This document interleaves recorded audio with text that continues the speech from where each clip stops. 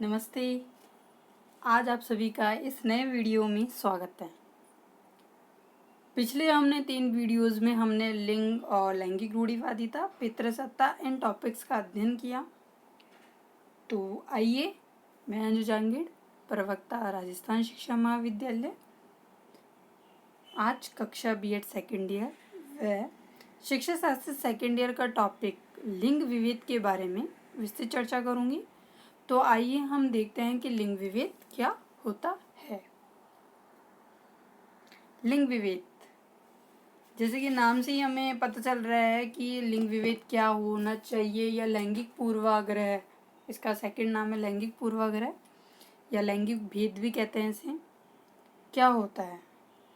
जहाँ पर बालक एवं बालिका में व्याप्त लैंगिक असमानता से हैं, मतलब जो लड़का और लड़की में जो लैंगिक असमानता को लेकर जो भेद किया जाता है उसे हम कह सकते हैं लैंगिक पूर्वाग्रह, लैंगिक विभेद या लैंगिक भेद।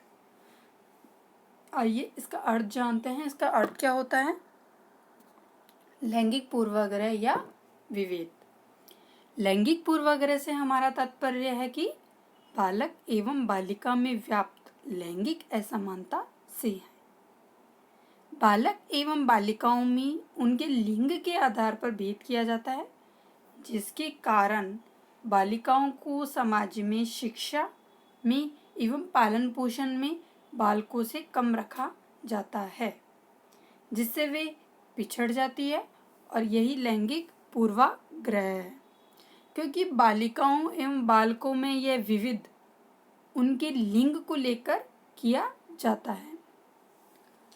तो मैंने आपको बताया कि लैंगिक पूर्वाग्रह से हमारा अभिप्राय या हमारा जो अर्थ बनता है वो यही होता है कि जहाँ पर लड़का और लड़की में लिंग भेद को लेकर जो भेद किया जाता है वह लैंगिक पूर्वाग्रह या विभेद कहलाता है।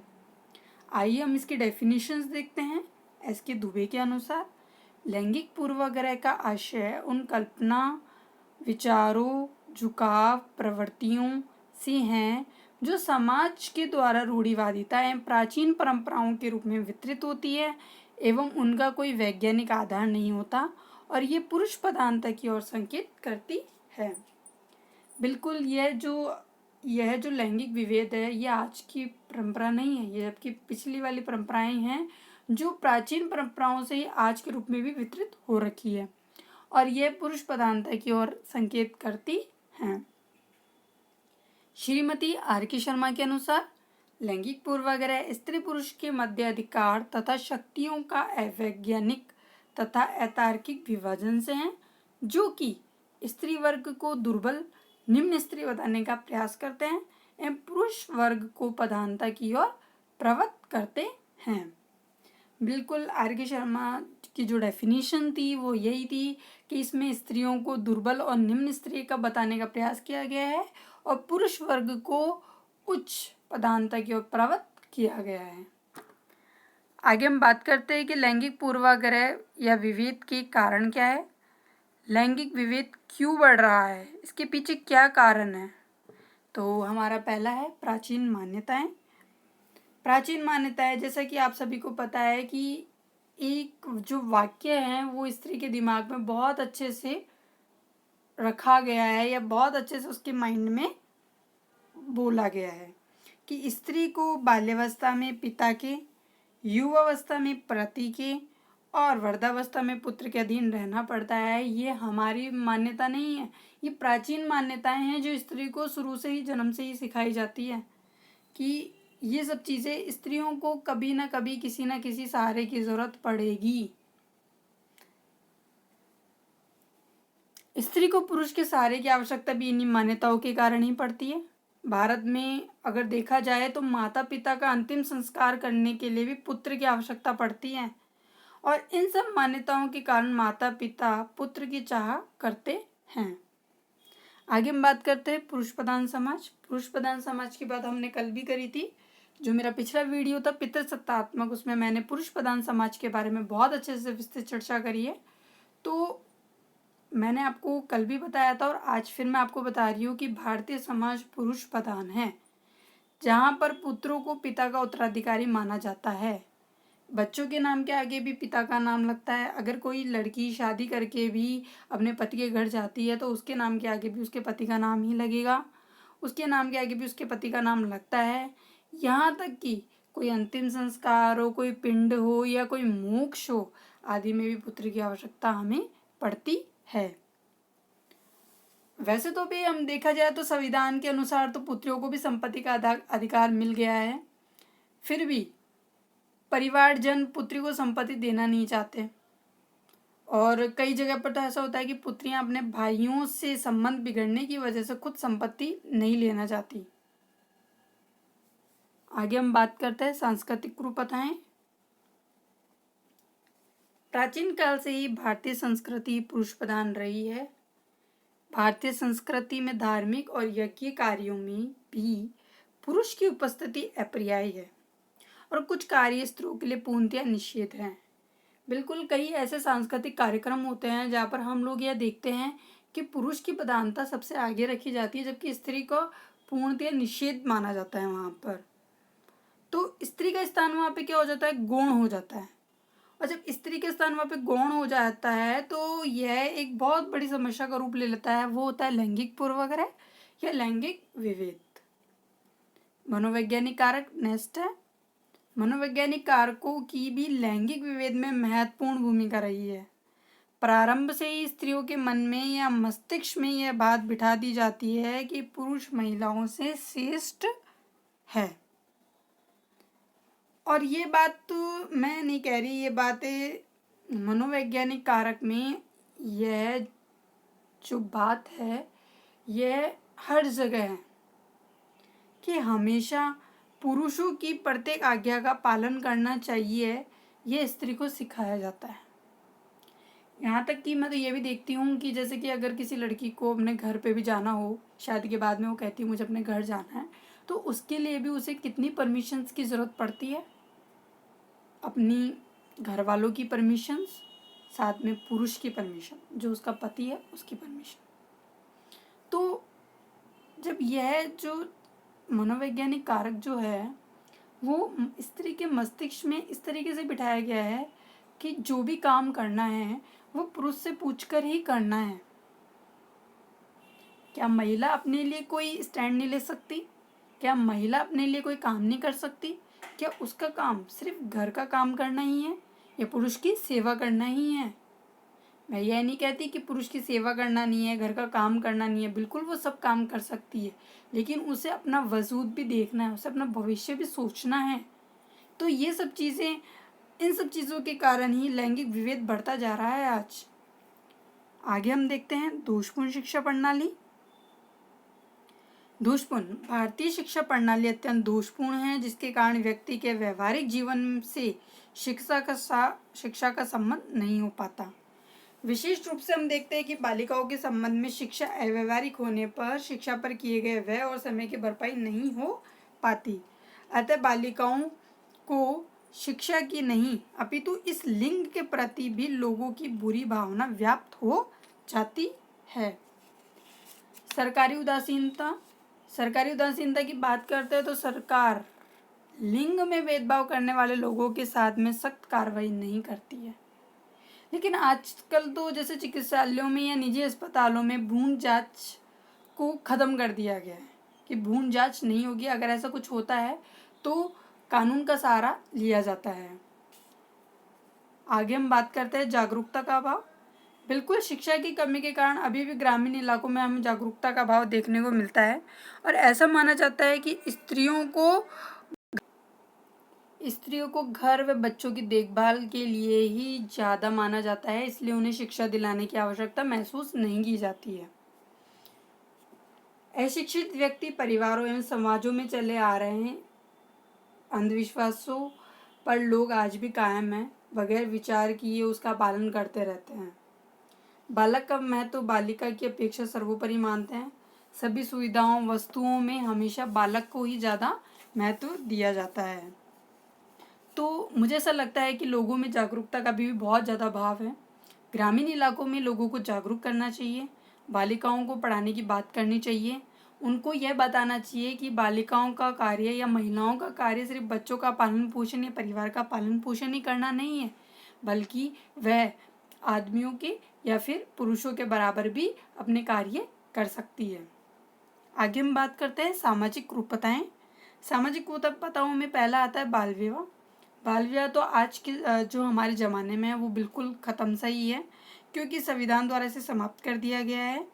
अधिकतर माता पिता का जो लड़की को जल्दी से जल्दी विवाह करने पर होता है, उसके पढ़ने लिखने और आगे बढ़ने के अवसर सीमित हो जाते हैं। फिर भी उसके जीवन का धैर्य घर और बच्चों की देखभाल तक ही सीमित रख दिया गया है। इसलिए हमारे संविधान ने बाल विवाह को बिल्कुल समाप्त कर दिया गया है। आगे हम बात करते हैं दहेज प्रथा। दहेज प्रथा प्राचीन समय में माता पिता जब बेटी का विवाह करते थे तो मेरे हिसाब से यही सोचकर देते होंगे कि बेटी नए घर में जाएगी तो उसे किसी के सामने संकोच करेगी किसी भी ज़रूरत के सामान के लिए। तो माता पिता क्या करते थे कि पहले अपनी बेटियों को कुछ सामान दे देते थे, जिसे लोगों ने दहेज का रूप दे दिया। लेकिन धीरे धीरे यह जो दहेज की जो प्रथा थी वो धीरे धीरे बढ़ने लगी। लड़के वाले लालच में आकर दहेज की मांगे रखने लगे, और हद तो जब हो गई जब उनकी लालच की इच्छा पूरी नहीं हो पाती थी तो वे वधू को मारते थे, पीटते थे या फिर उसकी हत्या भी कर देते थे। तो इसलिए वह लड़की को लिखाने पढ़ाने पर खर्च करने के लिए तैयार नहीं होते उसके घर वाले, क्योंकि उन्हें लगता है कि लड़का तो उनके बुढ़ापे का सहारा बनेगा, लेकिन लड़की तो दहेज लेकर जाएगी। तो ये दहेज पता है वो प्राचीन मान्यता तो थी, लेकिन आज की मान्यता भी ये बहुत बन गई है। लोगों ने इसे बहुत अधिक बढ़ावा दिया है और ये चीज़ बहुत ही गलत है। अगर हम देखें तो ये चीज़ आज भी बहुत गलत है। दहेज लेना और देना दोनों ही नहीं करने चाहिए। आगे हम बात करते हैं सुरक्षा के कारण। प्रकृति ने स्त्री को मानसिक तौर पे तो बहुत मजबूत बनाया है, लेकिन शारीरिक तौर पर पुरुषों को अधिक बनाया है। इसलिए स्त्री को हमेशा पुरुष के सहारे की आवश्यकता पड़ती है। वह अपनी सुरक्षा अपने आप नहीं कर सकती। मान लीजिए एग्जाम्पल के तौर पर हम मानते हैं कि 15 साल की बहन के साथ अगर 10 साल का भाई चला जाता है ना साथ में, तो माता पिता बड़े निश्चिंत हो जाते हैं कि चलो साथ में लड़का गया है, ठीक है। दूसरी बात हम बात करते हैं कि मान लीजिए अगर लड़की की जॉब बाहर लग जाती है, लड़की बाहर नौकरी करना चाहती है, तो उसको जल्दी से परमिशन नहीं मिलती है, ठीक है। आगे हम बात करते हैं लोग उन्हें अलग शहरों में भेजने के लिए घबराते हैं। दिल्ली में जो हुआ था वे निविया कांड जैसी घटनाएं, यह डर दिन ब दिन बढ़ता चला जा रहा है।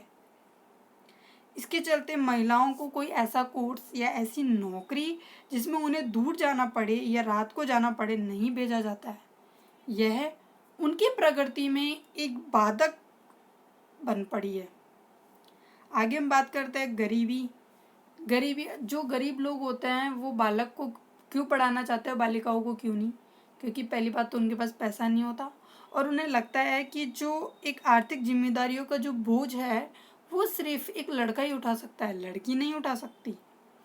तो उन्हें लगता है कि लड़की तो बड़े होने पर भी दहेज के रूप में बड़ा खर्चा करवाएगी, जबकि लड़का बुढ़ापे का सहारा लगता है। और ये समस्या एक क्षेत्र में ही नहीं बल्कि पूरे भारत देश में व्याप्त है, ठीक है। अतः गरीबी कम होने पर कुप्रथाओं पर रोक लगाई जा सकती है। आगे हम बात करते हैं लैंगिक पूर्वाग्रह का प्रभाव। लैंगिक पूर्वाग्रह का प्रभाव किन किन पे पड़ा है? तो सबसे पहले हम बात करेंगे कन्या भ्रूण हत्या की। कन्या भ्रूण हत्या, जैसे कि आप लोगों ने सोनोग्राफी का तो नाम सुना ही होगा। सोनोग्राफी का प्रयोग क्यों किया जाता था? अगर मान लीजिए कोई अविकसित या कमजोर भ्रूण होता है, उसको जन्म लेने से रोका जा सके। परंतु इसका दुरुपयोग तब होने लगा कि जब लोग जन्म से पूर्व लिंग जांच कर कन्या भ्रूण को जन्म से पूर्व खत्म करने लगे। मतलब यह सोनोग्राफी इसलिए करवाई गई थी जिससे कि मान लीजिए कोई कमज़ोर बच्चा है, ये कमज़ोर जो भ्रूण होता है वो जन्म लेने से रोका जा सके, लेकिन लोगों ने इसका दुरुपयोग करना स्टार्ट कर दिया। अगर लड़का है तो पैदा होने दिया जाता है, लड़की है तो उसको जन्म होने से पहले ही खत्म कर दिया जाता है। आगे हम बात करते हैं असंतुलित लिंगानुपात। कन्या भ्रूण हत्या के बढ़ते चलन के कारण धीरे धीरे जब स्त्रियों की संख्या कम होने लगी तो जनगणना के अनुसार 1991 में 1000 लड़कों पर 947 लड़कियां थी। हरियाणा, राजस्थान जैसे राज्यों में यह अनुपात और भी कम है। मानसिक कुप्रभाव। हर जगह भेदभाव को सहन कर महिलाएं मानसिक रूप से कुंठित हो जाती है, जिससे उनके मानसिक स्वास्थ्य पर कुप्रभाव पड़ता है। अतः वह खुद भी यही मानने लगती है कि पुरुष उनसे उत्तम है। एग्जाम्पल के तौर पर मान लीजिए कि अगर लड़की कुछ काम करना चाहती है या उसके कहीं बाहर जाना होता है तो उसे 10 लोगों से पूछना पड़ता है। जब उसे हर चीज़ के लिए मना कर दिया जाता है तो वो ये सब चीज़ें क्या करती है, सहन करने लगती है और वो मानसिक रूप से इतनी कुंठित हो जाती है कि उस जो कुंठित उसके दिमाग में जो चलती है वो उसके मानसिक स्वास्थ्य पर भी कुप्रभाव पड़ता है। फिर वह ये खुद भी यही मानने लगती है कि पुरुष उनसे हमेशा उत्तम ही रहेगा। तो इस लैंगिक विभेद के ये सब कुप्रभाव पड़ रहे हैं। आगे हम बात करते हैं